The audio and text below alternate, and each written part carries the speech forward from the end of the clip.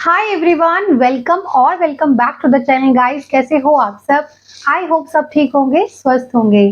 I know guys, ये video काफ़ी time बाद आ रही है। जैसा कि मैंने कम्युनिटी पोस्ट पे आपको बताया था कि मेरा एक छोटा सा एक्सीडेंट हो गया था, जिसमें मेरे जो लिप है वो काफ़ी स्वेल हो गए थे और टीथ पे भी बहुत चोट आई थी, जिससे मैं बोल नहीं ढंग से पा रही थी।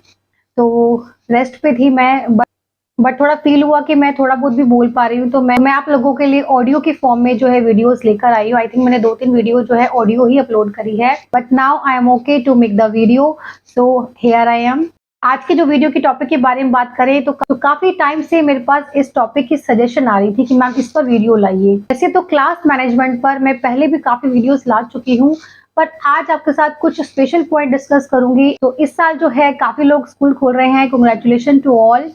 तो आप लोगों के लिए वीडियो जो है बेनिफिट होगी। तो आज मैं वीडियो में डिस्कस करूंगी कुछ पॉइंट्स आपके साथ कि आपको क्लास मैनेजमेंट कैसे करना है। स्पेशली जो ये होगी टीचर्स के लिए होगी, एलकेजी यूकेजी या फिर प्राइमरी लेवल जो है स्टूडेंट उनको पढ़ाती है, तो ये जो टिप्स है उनके लिए ज्यादा बेनिफिट होंगे।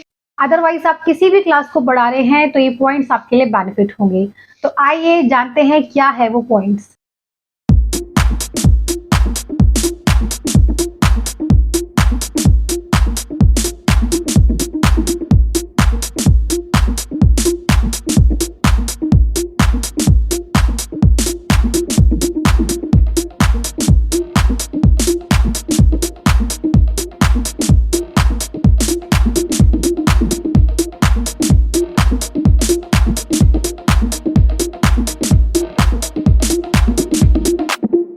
सबसे पहले बताना चाहूंगी क्लास मैनेजमेंट।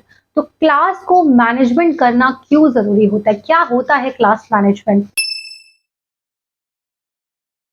तो देखिए गाइस, हम क्लास में ही ऑफ कोर्स बच्चों को पढ़ाते हैं, तो क्लास को एक मैनेज करके चलना बहुत ज़रूरी होता है। क्योंकि हम छोटे बच्चों को पढ़ा रहे हैं, तो मैं उनकी टीचर्स की बात करूँगी, तो आप लोगों को इस तरीके से क्लास को मैनेज करना है कि जो आपकी जो टीचिंग है, उसमें कोई रुकावट नहीं आए। जो आपका टीचिंग है, वो फ्लो में चलता रहे। क्योंकि अगर मैनेजिंग सारी चीज़ों में नहीं होगी, अगर क्लास ही मैनेजमेंट ढंग से नहीं होगी, तो टीचिंग में ब्रेक आ सकता है और एक फ्लो नहीं बनता स्टूडेंट्स का और टीचर्स का। स्टूडेंट्स को पढ़ने में ज़्यादा मज़ा आता है और ना टीचर को टीचिंग करने में, क्योंकि एक फ्लो नहीं बन पाएगा, बीच-बीच में ब्रेक होता रहेगा। मेरे पास काफ़ी कमेंट्स आ रहे थे, एक बार मेरे व्हाट्सएप पे भी आया था कि उन्होंने मुझसे कहा था कि मैम मैं टीचर हूँ और इतने स्टूडेंट्स मैं पढ़ाती हूँ, पर मेरे से एक भी बच्चा जो है वो टैकल नहीं होता। तो अब देखिए, जब एक भी बच्चा टैकल नहीं होता तो इट्स मीन्स टीचिंग में कमी है, टीचिंग में बच्चों को समझने में कहीं न कहीं मिस्टेक आ रही है। तो कैसे टीचर्स को अपॉइंट करना चाहिए, क्या-क्या क्वालिटीज़ होती है गुड टीचर की और क्या-क्या आपको एज़ अ टीचर अपने में इम्प्रूव करना चाहिए, मैं कहूँगी आपको ये वीडियोज़ देखिए। और अगर आप रिक्रूट करते हैं टीचर्स को, तो भी आप इन पॉइंट्स को ध्यान रख के ही टीचर्स को अपॉइंट करें। तो इस सभी वीडियोस को मैं सजेस्ट करूंगी आप लोगों को कि जरूर वॉच कीजिए आफ्टर दिस वीडियो। तो सभी का लिंक है वो वेरी फर्स्ट कमेंट में आपको मिल जाएगा, सो गो एंड चेक आउट। आपको काफी हेल्प मिलेगी कि कैसी टीचर्स में क्वालिटी होती है। तो आज बात करते हैं क्लासरूम मैनेजमेंट की। तो जैसा कि मैंने बताया कि क्लासरूम मैनेजमेंट जो है एक फ्लो ऑफ टीचिंग के लिए जरूरी होता है। तो क्लासरूम मैनेजमेंट में आपको क्या करना है कि सब चीजें जो है ऑर्गेनाइज वे में रखनी है। तो किस तरीके से ऑर्गेनाइज करना है, जैसे आपका फर्नीचर है और आपका टॉय सेट है, कोई भी आपकी चीजें हैं उसका जो सेक्शन है वो अलग अलग बनाना है। तो आप लोगों को मैं पहले बता चुकी हूँ कि प्ले रूम और एक्टिविटी रूम और जो आपका ऑफिस रूम है और सभी चीजों को ऑर्गेनाइज कैसे करना है, टिप्स मैं आपके साथ शेयर करूंगी। जैसे बच्चों की बैग्स होते हैं, बॉटल्स होती हैं, टिफिन होता है, तो उसके लिए एक जो है, तो उसके लिए आप जो एक रैक ले सकते हैं, तो उसकी पिक्चर्स मैं आपको लगा दूंगी। साथ ही साथ स्टेशनरी रखनी है तो उसका एक कॉर्नर अलग हो, मतलब वेल ऑर्गेनाइज हो। देखिए गाइस, जो प्ले ग्रुप के बच्चे होते हैं वो तो काफी छोटे होते हैं, तो उनको तो आपको खुद से स्टेशनरी है और चीजें हैं खुद ही रखनी होती है। बट जो एलकेजी यूकेजी के बच्चे हो जाते हैं, थोड़े मतलब समझ जाते हैं इस चीज को कि कहाँ उन्हें बॉटल रखनी है। अगर वो कोई दिन स्टेशनरी नहीं लेके आए हैं तो कहाँ पेंसिल है, कहाँ ऑर्गेनाइज है, कहाँ पेंसिल्स है, इरेजर्स है, तो उनको वो चीजें पता हो ताकि वो वहां से उठाएं और यूज करने के बाद वहां रख दे। देखिए, बच्चों को हमें स्टार्टिंग वे में जो है जो बताना चाहिए कि किस तरीके से जो है क्लास रूल्स होते हैं। फॉर एग्जाम्पल अगर कोई बच्चा इरेजर लेकर नहीं आया तो एक कॉर्नर में आपने इरेजर बना दीजिए, इरेजर का कॉर्नर बना दीजिए, वहां से बच्चा खुद लेगा, यूज करके वो वापस वहां रख देगा। अगर आपको लग रहा है कि बच्चा खुद से चीजें यूज कैसे करेगा, तो आप जो है स्टार्टिंग वे में केयर टेकर या टीचर की ड्यूटी लगा सकते हैं। लेकिन स्टार्टिंग में ही बच्चों को हैबिट्स डालें एक अच्छे क्लासरूम रूल्स की। अगर हम सोचें कि बच्चा काफी छोटा है, खुद से ये कैसे करेगा, खुद से कूड़ा कैसे फेंकेगा, तो डस्टबिन भी जो है प्रॉपर होना चाहिए। अगर कुछ शॉप कर रहा है बच्चा तो जाके वहां पे उसको कूड़ा डाल के आए। तो इस तरीके से जो है चीजें हमें वेल ऑर्गेनाइज रखनी है और बच्चों को भी सिखाना है। देखिए बच्चे 1 या 2 दिन में नहीं सीखेंगे, आई अंडरस्टैंड, बट एक हैबिट जनरेट करनी है। तो हैबिट जनरेट करने में फ्यू वीक्स, फ्यू मंथ लग सकते हैं, बट एक आगे की क्लासेस के लिए उनके लिए बेनिफिट होगा। आपके स्कूल से पढ़ा बच्चा अगर किसी और स्कूल में जाएगा, ये सब हैबिट्स के साथ जाएगा, तो ऑटोमेटिकली आपके जो स्कूल की है एक तारीफ ही होती है कि अच्छे से मैनर्स जो क्लास रूल्स है बच्चों को पता है। तो आई होप आपको ये पॉइंट क्लियर हुआ है कि क्लास मैनेजमेंट में सबसे पहले जो है अपनी सभी चीजों को वेल ऑर्गेनाइज रखें। आइए बात करते हैं अपने सेकंड टिप की।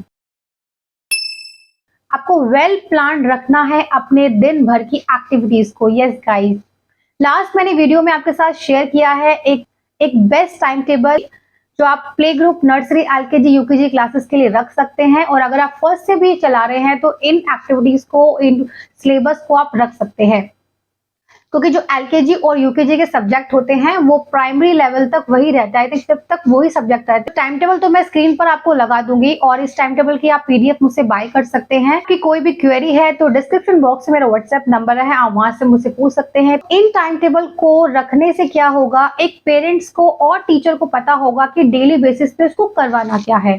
ये भी रूल जो है वो क्लास मैनेजमेंट के अंडर ही आता है कि आपको सब एक्टिविटी जो है प्री प्लान हो, आपको पहले से पता हो कि नेक्स्ट डे आपको क्या कराना है। तो इसके लिए एक टाइम टेबल फॉलो होना चाहिए और इस टाइम टेबल को आप शेयर करेंगे पेरेंट्स के साथ भी, ताकि उसके अकॉर्डिंग जो है बुक्स है, नोटबुक है, एक्टिविटी कोई है तो उसका मटेरियल है तो पहले से ही जो है प्लान हो। तो पेरेंट्स को बताने से पहले, पेरेंट्स को तो आप 1 या 2 दिन पहले बताओगे, लेकिन आप जो है कुछ वीक पहले या कुछ टाइम पहले जो है प्लान्स करके रखें अपनी मंथली एक्टिविटी को। मैं तो कहूंगी ईयरली एक्टिविटीज को प्लान करके रखें। तो मंथली एक्टिविटी कैसे प्लान करनी है, जो मैंने आपको टाइम टेबल बताया है वो जो है आप डेली बेसिस पे वो तो ऐसे करवाएंगे।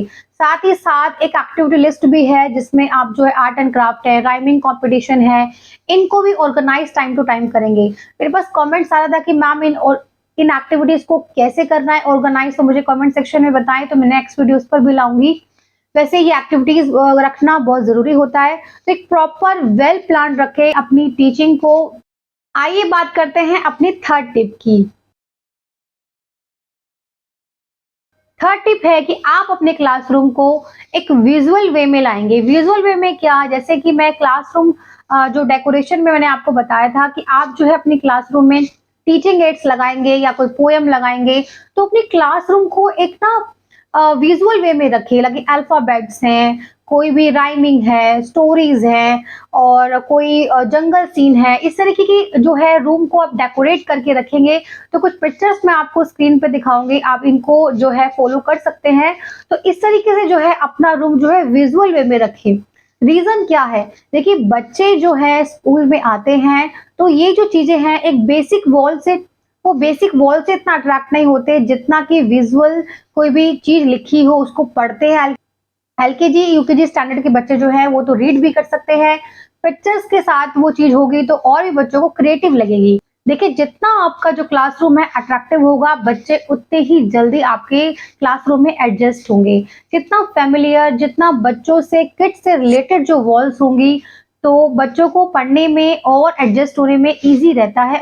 तो क्लासरूम में क्या क्या विजुअल आइटम आप लगा सकते हैं, क्लासरूम को कैसे डेकोरेटिव रख सकते हैं, तो मैं कहूंगी आपको ये वीडियो देखिए। इस वीडियो का लिंक आपको वेरी फर्स्ट कमेंट में मिल जाएगा। आइए डिस्कस करते हैं अपने फोर्थ पॉइंट को। फोर्थ पॉइंट है कि अपने क्लास के रूल्स एंड रेगुलेशन पहले से ही सेट करके रखिए। अगर आपकी क्लास में रूल्स एंड रेगुलेशन ठीक तरीके से फॉलो होंगे तो आपकी जो टीचिंग है क्लासरूम की और जो मैनेजमेंट है क्लासरूम का वो प्रॉपर वे में वर्क करेगा। तो रूल्स एंड रेगुलेशन कैसे हमें बच्चों को सिखाना है, क्योंकि बच्चे हमारे काफी छोटे हैं, इस एज में rules and regulation strictly follow करना बच्चों के लिए डिफिकल्ट है और टीचर्स के लिए भी कराना आई नो थोड़ा मुश्किल है। बट अगर आप इसको प्रॉपर वे में एक पॉजिटिव माइंडसेट के साथ कराएंगे तो यकीन मानिए ये बिल्कुल भी मुश्किल नहीं है, आपके लिए उतना ही ईज़ी है जितना आप बड़े बच्चों के साथ रूल्स एंड रेगुलेशन लगाते हैं। तो देखिए बच्चों को है हमें इस एज में एनकरेज करना पड़ता है, पर मैं मानती हूँ कि बड़ों से ज़्यादा छोटे बच्चों को समझाना ईज़ी होता है, क्योंकि छोटे बच्चे ना ज़्यादा सोचते नहीं है। जैसा मैम ने कहा वो ट्राई करते हैं उस चीज़ को करने की। जैसा कि जो बच्चा क्लास में शोर नहीं मचाएगा, फिंगर अपने मुँह पे रखेगा, जैसे फ्री टाइम में जो है बच्चे शोर ज़्यादा मचा रहे होते हैं, तो उन बच्चों को लिए आप इस तरीके से कह सकते हैं कि अगर कोई बच्चा फिंगर नहीं हटाएगा मुँह से तो उसको प्राइज़ मिलेगा। प्राइज़ क्या होगा? क्लैपिंग होगी उस बच्चे की, स्माइली मिलेगा और कुछ भी आप जो है उसको प्रेज़ कर सकते हैं। जब बच्चों के हाथ पे स्माइली होता है, स्टार होता है, और देखो मैम ने मुझे स्टार दिया, तो बहुत हैप्पी होता है। ये मैंने खुद की बेटी के साथ और अपने स्कूल्स में ये सब टिप्स फॉलो किए हैं, तो काफ़ी जो है पेरेंट्स भी खुश होते हैं, बच्चे भी खुश होते हैं। पेरेंट्स इसीलिए कि एक डिसिप्लिन उनमें मेंटेन कराया जा रहा है और बच्चे होते हैं कि उनको प्रेज़ मिल रहा है, इससे और बच्चे भी मोटिवेट होते हैं। जो बच्चे शोर मचाते हैं, जो आपकी बात नहीं सुनते, तो उनके लिए तो उन टीचर्स के लिए टिप है कि आप इस चीज़ को फ़ॉलो कीजिए और प्यार से बच्चों को समझाइए। देखिए, आपको इस एज में जो है बच्चों को समझना पड़ेगा, बच्चों के माइंडसेट को समझना पड़ेगा। इस टाइम बच्चे जो हैं वो आप जैसे बोलोगे वैसे पढ़ने के लिए मैं तो कहूँगी रेडी रहते हैं। आप क्या मेथड फ़ॉलो करते हैं, क्या टीचिंग वे फ़ॉलो करते हैं, आपका टॉकिंग वे कैसा है, आपका ड्रेसिंग सेंस कैसा है, बच्चों को आप कितना जो है अट्रैक्ट कर पा रहे हैं, क्योंकि बच्चों को अट्रैक्ट करना इज़ वेरी इंपॉर्टेंट, तभी तो वो आपकी बात सुनेंगे। तो dressing sense is also important कि आप जो है बच्चों के साथ जो है अच्छे से वेल ड्रेस्ड हो, ताकि बच्चे जो है आपकी पर्सनैलिटी से एनहांस होते हैं। तो ये मैंने टीचर क्वालिटी वाले टिप्स में आपके साथ शेयर किया है, आप उस वीडियो को देखना। तो आपको जो है एक अच्छे से बच्चों को समझना है, मदरली बिहेवियर करना है, फिर देखिए रूल्स एंड रेगुलेशन फॉलो करना आप लोगों के लिए बहुत ईज़ी हो जाएगा। Last but not the list, 5th point discuss करते हैं। तो 5th पॉइंट की बात की जाए तो clean up activity. Clean up activity क्या होती है? देखिए, काफ़ी जो स्कूल से मैं देखती हूँ कि इस एज ग्रुप में लाइक यूकेजी तक जो बच्चे होते हैं, इस एज ग्रुप में जो है आप जो है क्लीन अप की जो ड्यूटी होती है ज़्यादातर केयर टेकर की होती है। बच्चों को जो है मेसी करने दिया जाता है। पर मैं कहूँगी कि आप एलकेजी, यूकेजी स्टैंडर्ड से ही बच्चों को जो है क्लीन अप एक्टिविटी सिखाएँ। मीन्स अगर कोई पेपर खराब हुआ है तो उसको थ्रो ऐसे ही नहीं करना, आप उसको डस्टबिन में प्रॉपर करवाएं। कोई टॉय सेट है तो बच्चों से खुद कहें कि खेलने के बाद वहां रखा जाए। तो देखिए इससे क्या होता है, इससे क्या होता है, बच्चों को भी जो है इसका पता होता है कि कैसे खेलना है, मैसी हुआ है इसको क्लीन अप करना है। तो ये सब भी चीजें जो है बच्चों में आप जनरेट करें और करना भी चाहिए। ये सब ड्यूटी सभी केयर टेकर के नहीं होती, बच्चों में ये होना चाहिए कि हमने अगर मैस क्रिएट किया है तो क्लीन अप करना भी हमारी ड्यूटी है।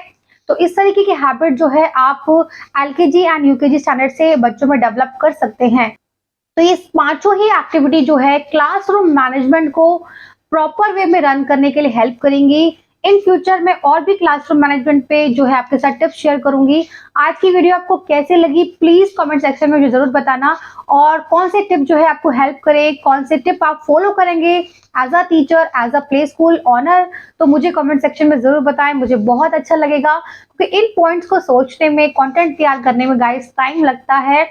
तो प्लीज अप्रिशिएट माय वर्क, ताकि मुझे पता चले कि मैं सही ट्रैक पे जा रही हूँ, आप लोगों को वीडियो पसंद आ रही है। तो अब मैं इस वीडियो का एंड करती हूँ और एंड के साथ ये 5th जो पॉइंट है ब्रीफली आपको बताती हूँ। पहला पॉइंट है well organise your classroom. Second है proper follow your time table and activity. Third है विजुअल एक्टिविटीज।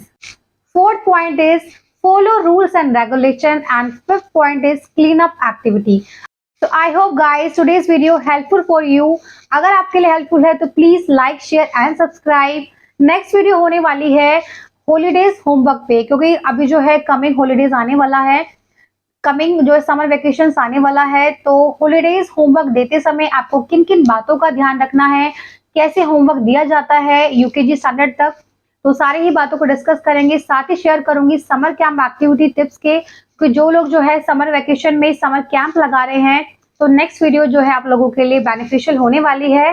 तो सारी बातों को डिस्कस करेंगे, तो स्टे ट्यून। अगर आपने नोटिफिकेशन बेल पे क्लिक नहीं किया है तो नोटिफिकेशन बेल पे प्लीज क्लिक कर लेना, ताकि आपको अपकमिंग वीडियोस का लिंक मिल जाए। आज के लिए इतना ही गाइस, मिलते हैं एक नई वीडियो नई इन्फॉर्मेशन के साथ। Till then, stay blessed. Goodbye.